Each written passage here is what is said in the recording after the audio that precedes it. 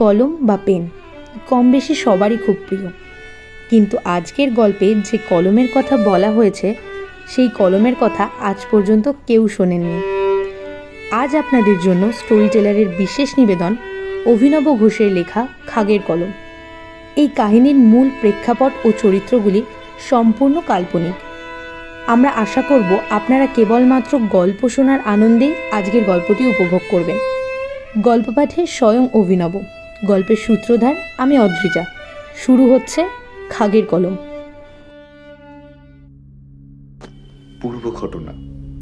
ধনী বাবা ধ্যানে মগ্ন। জমিদার রমেশচন্দ্র মজুমদার তার সামনে হাঁটু গেড়ে বসে করজোড়ে অপেক্ষা করছে বাবার ধ্যান ভঙ্গের। কিছুক্ষণ পর ধনী বাবা চোখ মেলে তাকালেন। রমেশচন্দ্রকে দেখে অত্যন্ত শান্ত ও গম্ভীর গলায় বললেন, যবে থেকে তোর এখানে এসে থেকেছি তবে থেকে আমার যত্ন আত্মীর কোনো ত্রুটি হয়নি রমেশ। আজ আমার যাবার সময় হয়েছে, বল কি চাই তোর? রমেশচন্দ্র বিচক্ষণ মানুষ, একটু সময় নষ্ট না করে বললেন, বাবা, আমাকে এমন কিছুই দিন যাতে আমার পরিবারের যে কোনো অমঙ্গল আমি মুছে দিতে পারি। ধনী বাবা মৃদু হাসলেন। তার ঝোলা থেকে তিনি একটি খাগের কলম ও একটি পুরনো পুঁথি বের করে রমেশচন্দ্রের হাতে দিয়ে বললেন, এই পুঁথিতে এই কলমের কালি তৈরির পদ্ধতি ও এই কলমের আশ্চর্য ক্ষমতার কথা লেখা আছে। সাবধান রমেশ, এই জিনিস যতটা মঙ্গল করে ততটাই সর্বনাশ ডেকে আনে। দেখিস কোনো অযোগ্যের হাতে যেন না পড়ে। সেই থেকে বংশ পরম্পরায় খাগের কলম মজুমদার পরিবারের সিন্ধুকেই বন্ধ হয়ে আছে। সেই দিনের পর থেকে 150 বছর কেটে গেছে। কেউ আর কখনো ওই কলমের ব্যাপারে কোনো কথা বলেনি। কালী পুজো উপলক্ষে সপরিবারে যতীনরা একদিন আগে থেকেই তাদের গ্রামের জমিদার বাড়িতে এসে জমায়েত হলো। একদিন আগে আসার কারণ আর কিছুই না, বাড়িটাকে পরিষ্কার করা। যদিও একটা কেয়ারটেকার আছে, তবুও বাড়ির পুজো বলে কথা। যতীন ওরফে যতীন্দ্রনাথ মজুমদার বিজ্ঞানের ছাত্র হলেও ইতিহাসের দারুণ ভক্ত। তাই পুরনো জিনিস ঘেটে পরিষ্কার করার উত্তেজনা তার মধ্যেও ততটা আছে যতটা একজন ঐতিহাসিকের মধ্যে থাকে। সময়টা দুপুরবেলা। পূর্বপুরুষ রমেশচন্দ্রের ঘরে বই খাতাগুলো পরিষ্কার করছিল যতীন। 150 বছরের পুরনো সব বই, তাই অল্পেই খসে খসে তার পাতা ঝরে পড়ে। এর মধ্যে একটা বই বেশ চকচকে, কালীপ্রসন্ন সিংহের মহাভারত। যতীন বইটা নাবাতেই তার ভেতর থেকে একটা কাগজ মাটিতে পড়ল। বইটা টেবিলে রেখে যতীন মাটি থেকে কাগজটা তুলে খুলে খুব অবাক হয়ে গেল। জমিদার সতীশচন্দ্র, মানে রমেশচন্দ্রের নাতির লেখা একটা ছড়া। গুরুদানকে ঠিকভাবে না বুঝে নিজের নিয়তি নিজেই দিলাম লিখে। কেউ কখনো শুনেছে কি এমন? খাগের কলম বন্দি কারাগারে। কেমন যেন গোলমেলে লাগলো কথাগুলো। সে ছড়াটা নিয়ে বাবার কাছে না গিয়ে সোজা ঠাকুরদার কাছে গিয়ে জিজ্ঞেস করলো, আচ্ছা দাদান, এই খাগের কলম এই জিনিসটা ঠিক কি বলতো? তুই জানলি কি করে? আহা, আগে বলোই না। ঠাকুরদা তখন মজুমদার পরিবারে থাকা এই খাগের কলমের ইতিহাসটা বললেন।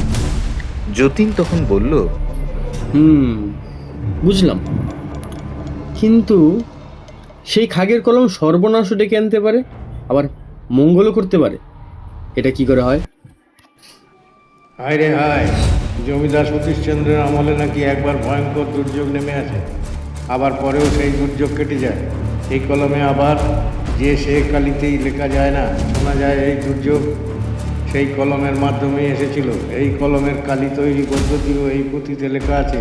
এই কালি দিয়ে এই খাগের কলমে তুই যা লিখবি সবই সত্যি হবে। কথাগুলো বিশ্বাস না হলেও ঘাড় নেড়ে চলে আসে যতীন। আর কবিতা পড়ে সে বুঝতে পেরেছে যে খাগের কলম কোথায় আছে। খাগের কলম বন্দি কারাগারে, খাগের কলম বন্দি কারাগারে, কারাগার কারাগার কারাগার মানে নিশ্চয়ই আমাদের বাড়িতে থাকা লোহার সিন্দুক। পরের দিন ঠাকুরদার কাছ থেকে চাবি নিয়ে যতীন সিন্দুক খুলল এবং দেখল একটা কাঠের বাক্স শালু কাপড়ে বাঁধা অবস্থায় পড়ে আছে। যতীন সেটা বের করে এনে খাটের ওপর রাখলো। শালু কাপড় খুলে সে কাঠের বাক্সের ঢাকনাটা খুলল এবং বেরিয়ে এলো বহু পুরনো এক পুঁথি এবং সেই খাগের কলম। এই কলমের দেহ বাঁশের হলেও মাথার কাছে একটা ছোট্ট চকচকে পাথর বসানো আছে। যতীন কলম ছেড়ে পুঁথিতে মনোনিবেশ করল।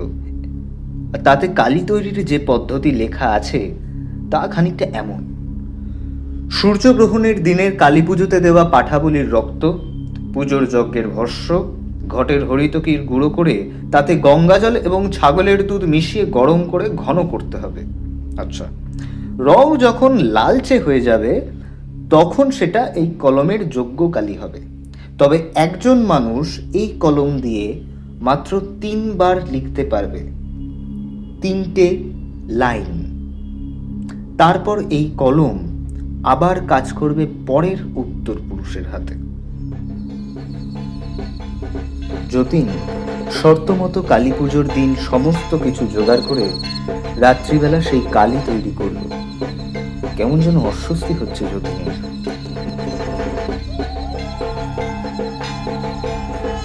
মনে পড়ে গেল সেই সাবধানবাণী, একজন মাত্র 3 বার ব্যবহার করতে পারবে এই কলম। যতীন কোনোদিনই এমন অলৌকিক কাণ্ডে বিশ্বাস করে না। সে খাগের কলম নিয়ে বানানো কালিতে একবার ডুবিয়ে সামনে রাখা সাদা খাতায় হাসতে হাসতেই লিখল, ওই শোনা যায় ঐরাবতের ডাক। লিখে যতীন চারিদিকে কান খাড়া করে রইল। মুর্শিদাবাদের এই অঞ্চলে হাতি আসা অসম্ভব। হাসি পেল যতীনের, কিন্তু পরক্ষণেই যতীনের বুক ধড়াস করে উঠল। চারিদিকে আতঙ্কিত একগুচ্ছ চিৎকার ভেসে এলো।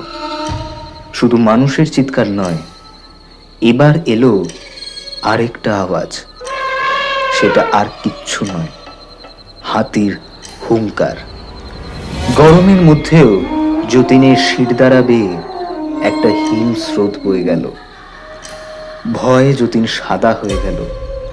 একটা পাগলা হাতি গ্রামের সমস্ত ফসল নষ্ট করে এগিয়ে আসছে তাদেরই বাড়ির দিকে। পথে ঘাটে যাদের বাড়ি পড়ছে সব সেই হাতি পায়ের তলায় গুঁড়ো করে দিয়ে বেরিয়ে যাচ্ছে। বহু মানুষ মারা পড়ছে। এও কি সম্ভব? নিচতলা থেকে হট্টগোলের আওয়াজে যতীন শুনতে পেল, হাতি কোথা থেকে এলো? ও হাতিটাকে আটকাও! হাতি কোথা থেকে এলো রে বাবা? যতীন আবার কলম দোয়াতে চোবাল, খাতায় লিখল, হাতিকে নিশ্চিহ্ন করো এইখান থেকে। কিছুক্ষণ পরেই সব থেমে গেল। গ্রামের সবাই অবাক হয়ে দেখল দৌড়তে দৌড়তে হাতিটা হাওয়ায় মিলিয়ে গেল। এবার যতীনের মাথায় শয়তানি অথচ নিরীহ একটা বুদ্ধি খেলে গেল। সে এবার খাতায় লিখল, একবার যদি সেই মহান ধনী বাবার দেখা পেতাম। লিখেই যতীন নিঃশ্বাস বন্ধ করে বসে থাকলো এবং কিছুক্ষণ পর হঠাৎ বাড়ির কারেন্ট চলে গেল এবং যতীনের কানে কানে কে যেন বলল, আবার ডাকলি খোকা? ভয়ে যতীন ঠান্ডা হয়ে গেল। পেছন ঘুরে দেখে সারা ঘর ধোঁয়ায় পরিপূর্ণ। ঘরের মাঝে ধুনি জ্বলছে আর তার পেছনে বিশাল জটাধারী এক সাধু বসে আছে। যতীন অস্ফুট স্বরে বলল, ধনী বাবা। ধনী বাবা ঘাড় নেড়ে বিশাল এক অট্টহাসি দিল। সেই হাসির জোর এমনই ছিল যে সারা বাড়ি কেঁপে উঠল। পুজো মণ্ডপ ভেঙে পড়ল। ভয় আর থাকতে না পেরে জ্ঞান হারায় যতীন। চোখে মুখে জল দেওয়ার পর তার জ্ঞান ফিরে। সে উঠে বসতেই ঠাকুরদা তাকে কড়া স্বরে বলল, সাবধান করা সত্ত্বেও এই কাজ করলি? জানিস গ্রামে প্রায় অর্ধেক ফসল এই হাতি নষ্ট করে গেছে, কত মানুষ মারা গেছে। চারিদিকে তাকিয়ে যতীন বলল, কলম কই? ঠাকুরদা একটা দীর্ঘশ্বাস ফেলে দিয়ে বললেন, ধনী বাবা তোর ডাকে এসেছিল বটে, কিন্তু তুই আর তাকে বেরাতে পারছিস না, কারণ তুই ওই কলমে 3 বার ব্যবহার করে ফেলেছিস। তাই তিনি নিজেই সেই কলম নিয়ে আবার তার অতীতে ফিরে গেছে। বলে ঠাকুরদা সেই সাদা খাতাটা যতীনের হাতে দিল এবং যতীন দেখল তাতে কাপা কাপা হাতে লেখা আছে, ফিরে চলো। যতীন হতবুদ্ধি হয়ে বসে রইল।